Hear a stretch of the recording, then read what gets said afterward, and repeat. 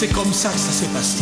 Écoutez, écoutez. C'est l'amour de Jésus suspendu à la croix qui m'a donné la vie et rempli de foi. Y'a plus rien chez l'homme méchant pour briser ma joie.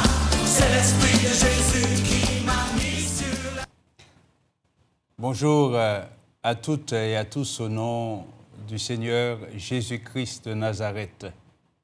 Que le Dieu de gloire puisse encore nous accorder sa grâce en recevant sa parole. Bonjour à la Martinique, bonjour à la Guadeloupe, bonjour à la Guyane française et bonjour partout où nous sommes reçus et écoutés dans cette émission Parole Bon Dieu. Que Dieu donc soit béni et glorifié au nom de Jésus-Christ. Je remercie le Seigneur pour l'opportunité qu'il m'accorde d'annoncer la bonne nouvelle de son Fils, le Seigneur Jésus. Père, au nom de Jésus-Christ, je te remercie et je te bénis, Seigneur, car qui suis-je? Si ce n'est ton serviteur. Mon Dieu, merci pour cette grâce que tu me fais d'annoncer la bonne nouvelle de Jésus-Christ, afin que tous ceux qui écouteront, tous ceux qui recevront ta parole, puissent connaître aussi le bonheur de te connaître et de t'appartenir. Père, je remets toutes choses entre tes mains. Assiste-moi de ton esprit, afin qu'en toutes choses tu sois glorifié. Je te remercie, Père, dans le nom de Jésus-Christ, ton Fils. Amen. Dieu donc soit béni et Dieu soit glorifié pour sa grâce et son amour. Je ferai lecture dans l'Évangile de Marc, le chapitre 11, à partir du verset 25. Et d'ailleurs, je vais lire 2 versets dans ce passage, dans l'Évangile de Marc, chapitre 11, versets 25 et 26. C'est le Seigneur Jésus qui parle et qui dit ceci. « Et lorsque vous êtes debout, faisant votre prière, si vous avez quelque chose contre quelqu'un, pardonnez, afin que votre Père qui est dans les cieux vous pardonne aussi vos offenses. Mais si vous ne pardonnez pas, votre Père qui est dans les cieux ne vous pardonnera pas non plus vos offenses. Amen. » C'est vrai que le Seigneur Jésus, quand il s'adresse à ses disciples en particulier, il parle du Père, celui qu'il a envoyé ici-bas pour annoncer la bonne nouvelle, l'évangile de la grâce. Mais il n'y a pas seulement que des disciples qui prient, il y a aussi même des profanes, de ceux qui ne connaissent pas Dieu et qui prient. Mais ils prient pourquoi? Parce que certainement ils ont un besoin quelconque, un besoin vital, quelque chose de nécessaire. Et Dieu, dans sa grâce, dans son amour, peut aussi exaucer ses prières. L'expérience montre que beaucoup de gens ont été exaucés de cette manière, même ne connaissant pas Dieu. Mais là, il y a un point qui est, je dirais, nécessaire de comprendre et de mettre en pratique. c'est le pardon. C'est pour cela que le Seigneur Jésus dit, lorsque vous êtes debout, faisant votre prière, si vous avez quelque chose contre quelqu'un, pardonnez, afin que votre Père qui est dans les cieux vous pardonne aussi vos offenses. La question qu'on peut et qu'on doit se poser est de savoir qui peut pardonner. Est-ce que cela est donné à tout le monde de pardonner? Parce qu'il y a pardonner et pardonner. Ce qui veut dire qu'on peut pardonner de la bouche, mais aussi on peut pardonner de tout son cœur. Pourtant, la parole de Dieu enseigne que la bouche parle de l'abondance du cœur. Ce qui veut dire qu'en principe, ce qui sort de la bouche a été puisé dans le cœur. C'est ce que notre Seigneur Jésus nous enseigne dans l'évangile de Luc au chapitre 6, quand il dit ceci au verset 45. Il dit « L'homme bon tire de bonnes choses de son bon trésor. » Ou encore, du bon trésor de son cœur. Et le méchant tire de mauvaises choses de son mauvais trésor, car c'est de l'abondance du cœur que la bouche parle. S'il y a de bonnes choses qui sortent du cœur, cela va se savoir sur les paroles qui vont sortir de la bouche. Parce que c'est là que la langue puise ce qu'elle va dire. Mais la question est de savoir, mais est-ce que cela est toujours vrai? Si ce qui sort de la bouche comme étant une bonne parole n'est pas conforme à ce qui vient du cœur, c'est tout simplement un mensonge, c'est de la tromperie, encore de l'hypocrisie. Mais comment cela est-il possible? Puisque le Seigneur dit, c'est de l'abondance du cœur que la bouche parle. Si on pardonne, mais est-ce qu'on pardonne de tout son cœur? Lorsque nous considérons ce que nous dit Jacques dans cet épître qui porte son nom au chapitre 3, l'épître de Jacques au chapitre 3, Jacques nous dit ceci. Jacques, c'est l'un des frères du Seigneur,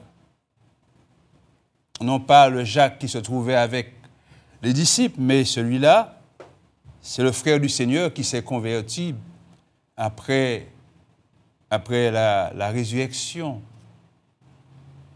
Jacques nous dit ceci, dans ce chapitre 3, à partir du verset 7. Il dit, « Toutes les espèces de bêtes, d'oiseaux, de reptiles et d'animaux marins sont domptées et ont été domptées par l'homme. Mais la langue, aucun homme ne peut la dompter. C'est un mal qu'on ne peut réprimer. Elle est pleine d'un venin mortel. » Et Jacques dit ceci par elle, par la langue, nous bénissons le Seigneur notre Père. Et par elle, nous maudissons les hommes faits à l'image de Dieu. Et là, Jacques pose une question, je dirais fondamentale. De la même bouche sortent la bénédiction et la malédiction. Et il dit, il ne faut pas, mes frères, qu'il en soit ainsi.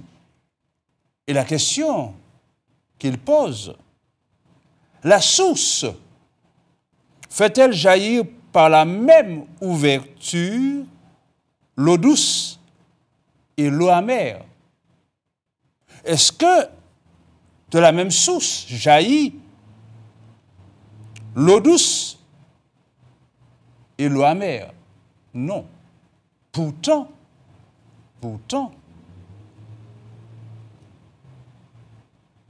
il y a de ceux qui pardonnent. Mais la question de savoir, est-ce que ce pardon est vrai? Est-ce que ce pardon a été manifesté de tout le cœur? Le roi David lui-même disait dans le livre des psaumes, le psaume 62, David disait ceci, à la fin du verset 5, David dit, « Ils prennent plaisir au mensonge, ils bénissent de leur bouche et ils maudissent dans leur cœur. » Ils bénissent de leur bouche, mais ils maudissent dans leur cœur, pour montrer que il y a là une certaine dualité, quelque chose qui n'est pas tout à fait conforme à ce que Dieu veut. Parce que c'est ce qui est dans le cœur qui doit se manifester au travers de la bouche. Mais comment cela est-il possible? Alors la question, qui peut vraiment pardonner? Comme nous l'avons lu, lorsque vous êtes debout faisant votre prière, si vous avez quelque chose contre quelqu'un, pardonnez, afin que votre Père qui est dans les cieux vous pardonne aussi vos offenses. Mais si vous ne pardonnez pas, votre Père qui est dans les cieux ne vous pardonnera pas non plus vos offenses. Ce qui veut dire que celui qui n'a pas ses péchés pardonnés demeure dans la mort. Et s'il demeure dans la mort, il ne peut avoir en lui de vie éternelle. C'est du sérieux, le pardon. Alors, qui peut vraiment pardonner? Eh bien, celui qui peut vraiment pardonner, c'est celui qui a fait l'expérience du pardon en Jésus-Christ. C'est celui qui a eu ses péchés pardonnés. C'est ça. C'est celui qui a expérimenté le pardon de Dieu, qui peut pardonner aux autres. Et tous les hommes sont invités, justement, à faire l'expérience du pardon. Mais pour faire l'expérience du pardon, il faut déjà qu'on se reconnaisse pécheur. Parce qu'il s'agit de pardonner les péchés. Il faut déjà se reconnaître pécheur. Mais si les hommes ne se reconnaissent pas pécheurs, comment peuvent-ils recevoir le pardon de Dieu?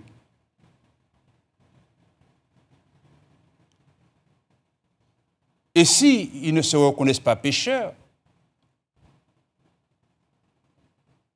ils ne peuvent pas non plus pardonner aux autres.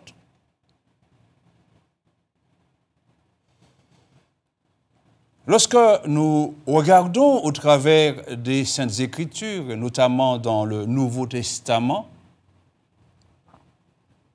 les écrivains, notamment le Seigneur ou encore l'apôtre Paul, ils ont utilisé un adverbe, l'adverbe « comme », un adverbe de comparaison et aussi de manière. Et par l'emploi de cet adverbe, ceux qui ont écrit les évangiles ou les épîtres nous donnent de considérer que le pardon de Dieu qui nous est appliqué, qui nous est accordé, doit être le même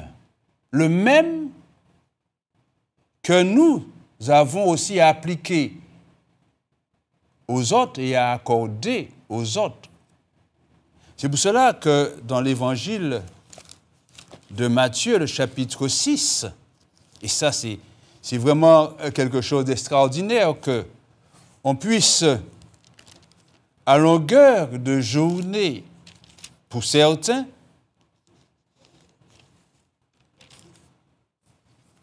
lire, je dirais, répéter, comme une récitation, ce qu'on appelle le pater, notre Père qui est aux cieux.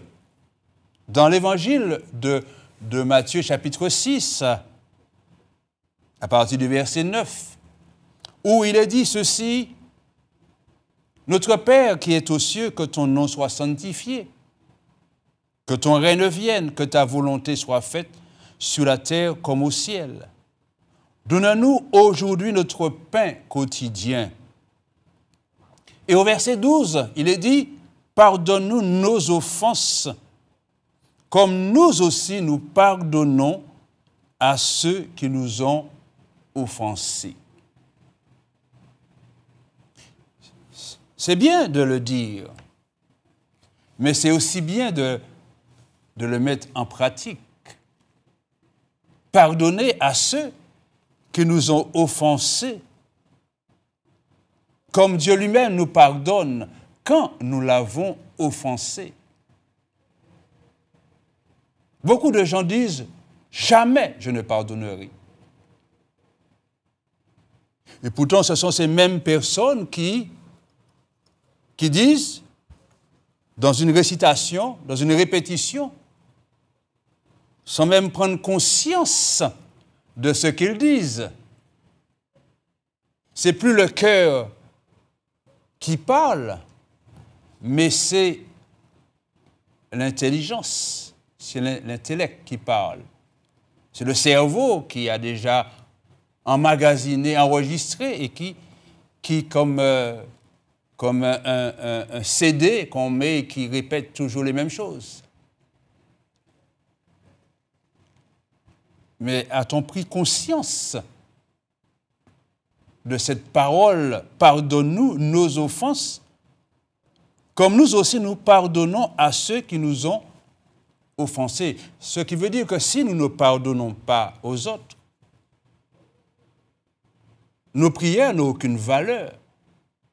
Nos prières ne vont pas aller plus haut que le plafond. Parce que la priorité, c'est d'abord le pardon que nous accordons aux autres, comme le Seigneur lui-même l'a dit. Quand vous êtes debout, faisant votre prière, si vous avez quelque chose contre quelqu'un, pardonnez. Et souvent, beaucoup ont des choses contre les autres et disent « Jamais je ne pardonnerai ». ce qu'il m'a fait là, non, non, non, non, non. Il ne mérite pas de pardon. Mais s'il ne mérite pas de pardon, vous aussi, vous ne méritez pas de pardon. Parce que Dieu a dit que si vous ne le faites pas pour les autres, il ne le fera pas aussi pour vous.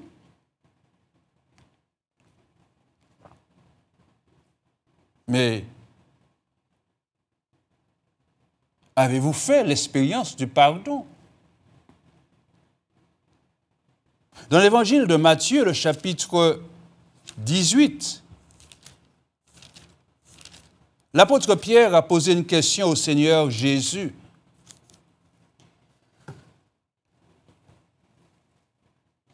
Et cette question a eu une réponse extraordinaire de la part du Seigneur, une parabole. La Bible nous dit, dans ce chapitre 18, à partir du verset 21, alors Pierre s'approcha de lui, de Jésus, et dit, « Seigneur, combien de fois pardonnerai-je à mon frère lorsqu'il péchera contre moi? Sera-ce jusqu'à 7 fois? » Jésus lui dit, « Je ne te dis pas jusqu'à 7 fois, mais jusqu'à 70 fois 7 fois. » Et là, le Seigneur prend une parabole pour expliquer à Pierre ce que c'est que le vrai pardon. Il lui dit, « C'est pourquoi le royaume des cieux est semblable à un roi qui voulut faire rendre compte à ses serviteurs. Quand il se mit à compter, on lui en amena un qui devait 10 000 talents, une somme impossible à régler, impossible. Il lui a fallu des années, des milliers d'années pour travailler, pour pouvoir payer cette somme. On ne va pas entrer dans les détails.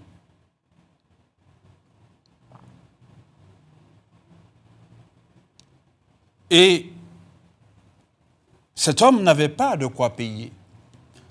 Verset 25, comme il n'avait pas de quoi payer, son maître ordonna qu'il soit vendu, lui, sa femme, ses enfants, et que tout ce qu'il avait, et que la dette,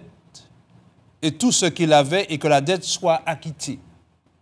Le serviteur, se jetant à terre, se prosterna devant lui et lui dit, « Seigneur, aie patience envers moi et je te paierai tout. »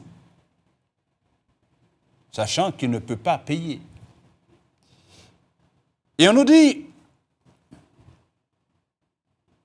ému de compassion, le maître de ce serviteur le laissa aller et lui remit la dette. Ça ne fait rien. Tu ne me dois rien. Ça ne fait rien. Ça veut dire que le maître a pardonné. Qu'est-ce qu'on peut faire devant Dieu pour que nos péchés soient pardonnés? Qu'est-ce qu'on aurait pu faire? Sinon que c'est Jésus lui-même qui est venu mourir sur une croix pour que nos péchés soient pardonnés. Parce que son sang a coulé. Le sang de Christ est d'une valeur inestimable. Voilà ce que Dieu a fait. Pour que par la foi, nous puissions obtenir le pardon de nos péchés. L'homme le plus riche de la terre ne peut rien faire avec sa fortune pour que ses péchés soient effacés. Rien.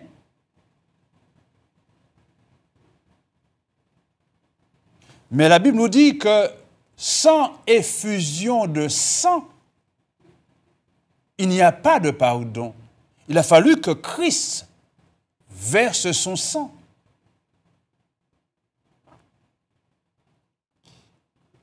C'est pour cela que le Maître, ou encore Dieu, nous a pardonné en Christ.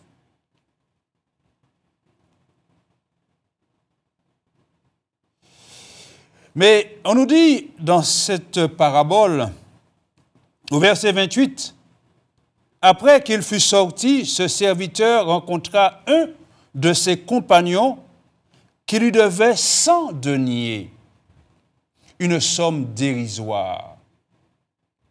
Dérisoire, 100 deniers. Il le saisit et l'étranglait en disant « Paie ce que tu me dois. »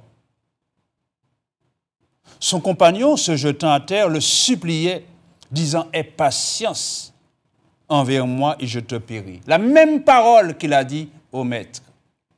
La même parole. Mais l'autre ne voulut pas. Et il alla le jeter en prison jusqu'à ce qu'il ait payé ce qu'il devait. Ses compagnons, ayant vu ce qui était arrivé, furent profondément attristés. Et ils allèrent raconter à leur maître tout ce qui s'était passé.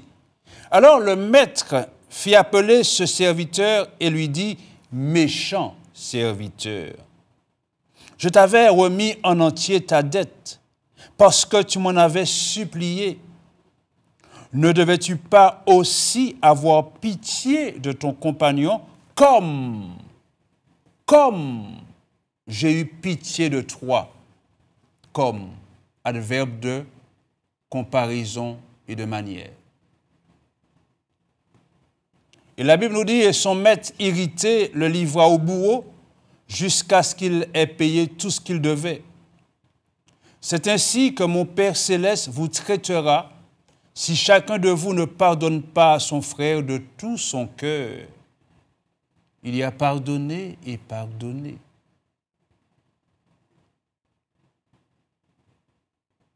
Lorsque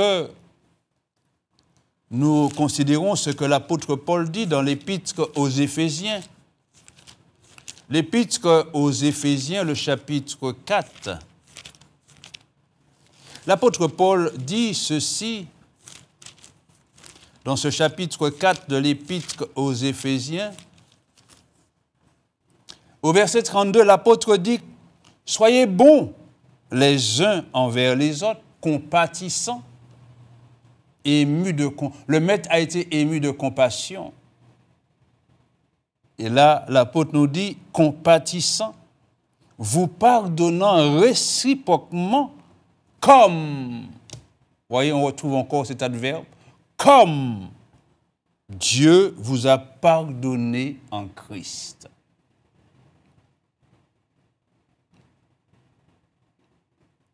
Mais comment pardonner si on n'a pas fait l'expérience du pardon? Celui qui pardonne aux autres de tout son cœur, c'est celui qui a fait lui-même l'expérience du pardon en Christ. Le pardon des péchés, c'est le fondement même du message de l'Évangile. On ne peut pas parler d'Évangile sans parler du pardon des péchés. C'est pour cela que le Seigneur Jésus, dans l'Évangile de Luc, avant de s'en aller, de remonter vers le Père, disait à ses disciples ceci, dans ce chapitre 24 de l'Évangile de Luc, à partir du verset 44. Il disait, « Puis il leur dit, c'est là ce que je vous disais encore, lorsque j'étais encore avec vous, qu'il fallait que s'accomplisse tout ce qui était écrit de moi dans la loi de Moïse, dans les prophètes et dans les psaumes. » Alors il leur ouvrit l'esprit afin qu'ils comprennent les Écritures. Il leur dit, « Ainsi, il est écrit que le Christ souffrirait et qu'il ressusciterait des morts le 3e jour, et que la repentance et le pardon des péchés serait prêché en son nom à toutes les nations, à commencer par Jérusalem. Il leur dit, vous êtes témoins de ces choses. Voilà ce message que les disciples et ces apôtres devaient commencer à annoncer. La repentance et le pardon des péchés. Dans le livre des Actes des Apôtres, là où commence la période de l'Église, dans ce chapitre 2, le chapitre 2, lorsque Pierre a prêché le jour de la Pentecôte, le jour de la Pentecôte où l'Esprit de Dieu a été répandu, l'apôtre Pierre a prêché et dans sa prédication, il a exposé Jésus ressuscité, Jésus proclamé Seigneur et Christ. Et il y avait là des hommes qui ont entendu ce message. Et la Bible nous dit que ces hommes-là, au verset 37 de ce chapitre 2 du livre des Actes des Apôtres, après avoir entendu ce discours, le discours de Pierre, ils eurent le cœur vivement touché et dirent à Pierre et aux autres apôtres, hommes frères, que ferons-nous? Pierre leur dit, repentez-vous et que chacun de vous soit baptisé au nom de Jésus-Christ à cause du pardon de vos péchés et vous recevrez le don du Saint-Esprit. Voilà ce que l'apôtre Pierre a dit. Car la promesse est pour vous, pour vos enfants et pour tous ceux qui sont au loin en aussi grand nombre que le Seigneur notre Dieu les appellera. Et par plusieurs autres paroles, il les conjurait, les exhortait, disant, sauvez-vous de cette génération perverse. Il est question de salut. Dans ce livre des Actes des Apôtres, toujours, dans ce chapitre 10, le chapitre 10, à partir du verset 40,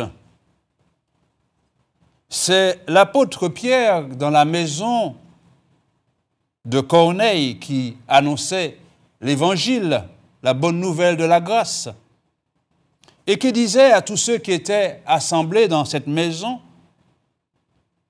il disait ceci,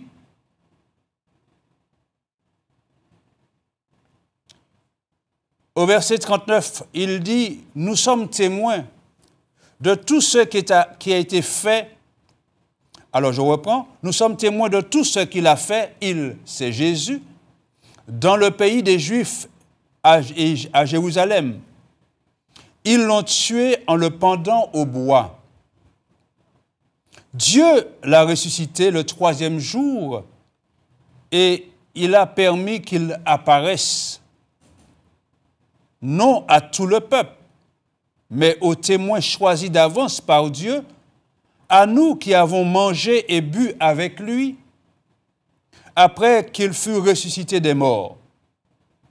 Et Jésus nous a ordonné de prêcher au peuple et d'attester que c'est lui qui a été établi par Dieu, juge des vivants et des morts. Tous les prophètes rendent de lui le témoignage que quiconque croit en lui reçoit par son nom le pardon des péchés. Nous sommes tous conviés à expérimenter le pardon. Déjà pour nous-mêmes. Et parce que nous avons expérimenté le pardon, que nous pourrons pardonner aux autres. dans le chapitre 13, toujours du livre des Actes des Apôtres, au verset 38. Là, c'est l'apôtre Paul, à Antioche de Pisidie, qui prêchait et qui disait ceci. Il disait, au verset 38, il disait « Sachez donc, hommes frères, que c'est par lui, par Jésus bien entendu, que le pardon des péchés vous est annoncé. Et que quiconque croit est justifié par lui de toutes les choses dont vous ne pouviez être justifiés par la loi de Moïse. » Voilà ce que disait l'apôtre Paul. Il disait que c'est par lui que le pardon des péchés vous est annoncé. Il n'y a pas d'évangile sans pardon de péché. C'est par là que commence ce merveilleux message de la bonne nouvelle. Mais il y a une chose qu'il faut savoir, c'est que le pardon ne se juge pas par rapport à notre propre justice. Ce n'est pas que nous, si nous voulons pardonner. Le verbe pardonner est au mode impératif. C'est un ordre. C'est un devoir. Pardonner. Dieu ne nous demande pas notre avis.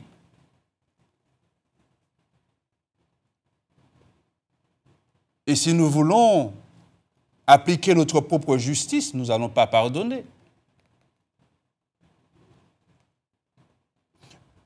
Mais si nous jugeons le pardon par rapport à notre propre justice, en faisant quoi? En nous comparant aux autres.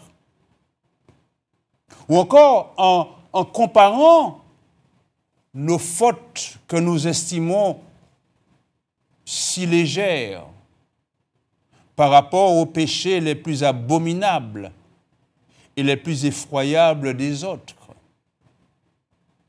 Ça, c'est notre justice. Mais pour Dieu, le péché, c'est le péché.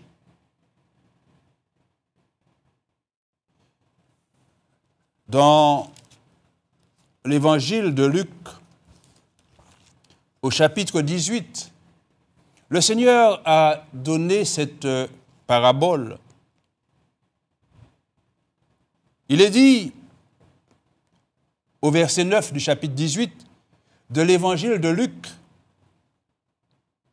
il dit encore, le Seigneur, c'est le Seigneur Jésus, il dit encore cette parabole en vue de certaines personnes se persuadant qu'elles étaient justes et ne faisant aucun cas des autres. Deux hommes montèrent au temple pour prier. L'un était pharisien et l'autre publicain. Un publicain, c'est un voleur. Un publicain, c'est celui qui récoltait les impôts pour l'Empire romain. Et si l'Empire romain leur demandait de collecter 50 € et il demandait aux contribuables 60 €, ils mettaient 10 € dans leur poche. C'était des voleurs. Mais là, on nous dit, deux hommes montèrent au temple pour prier. L'un était pharisien et l'autre publicain. Le pharisien debout priait ainsi en lui-même, « Ô Dieu, je te rends grâce de ce que je ne suis pas comme le reste des hommes, qui sont ravisseurs, injustes, adultères, ou même comme ce publicain. Je jeûne 2 fois par semaine, je donne la dîme de tous mes revenus. » Voilà la justice de l'homme. Et là, on nous dit au verset 13, le publicain se tenant à distance n'osait même pas lever les yeux au ciel. Mais il se frappait la poitrine en disant, « Ô Dieu, sois apaisé envers moi qui suis un pécheur. » Lui se reconnaît pécheur.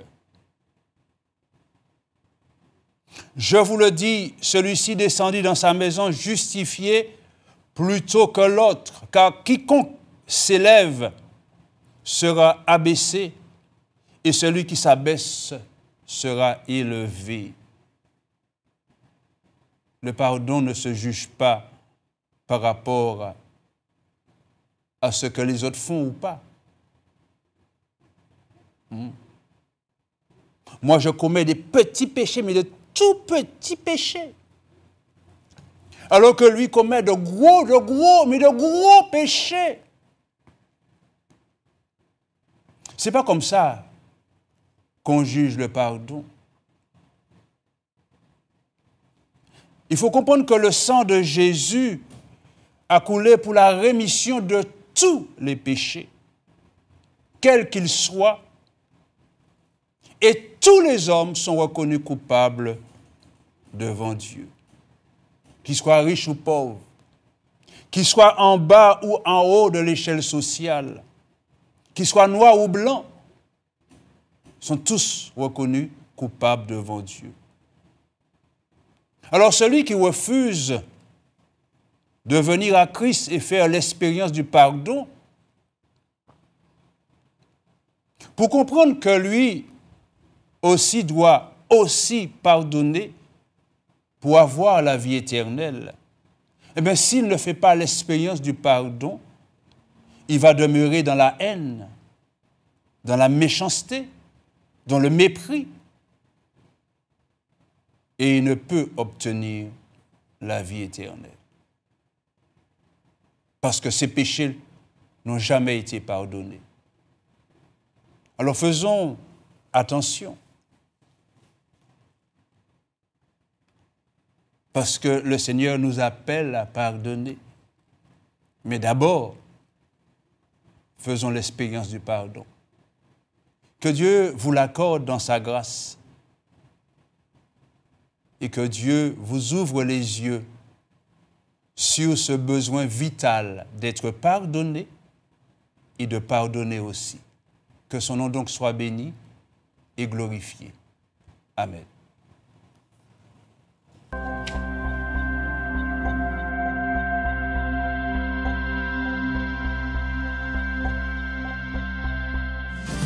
C'est l'amour de Jésus. Il faut que vous m'écoutiez. C'est l'amour de Jésus Qui m'a sauvé la vie. C'est l'amour de Jésus M'a transformé. C'est l'amour de Jésus Mais c'est l'amour de Jésus. Mais c'est comme ça que ça s'est passé. Écoutez. C'est l'amour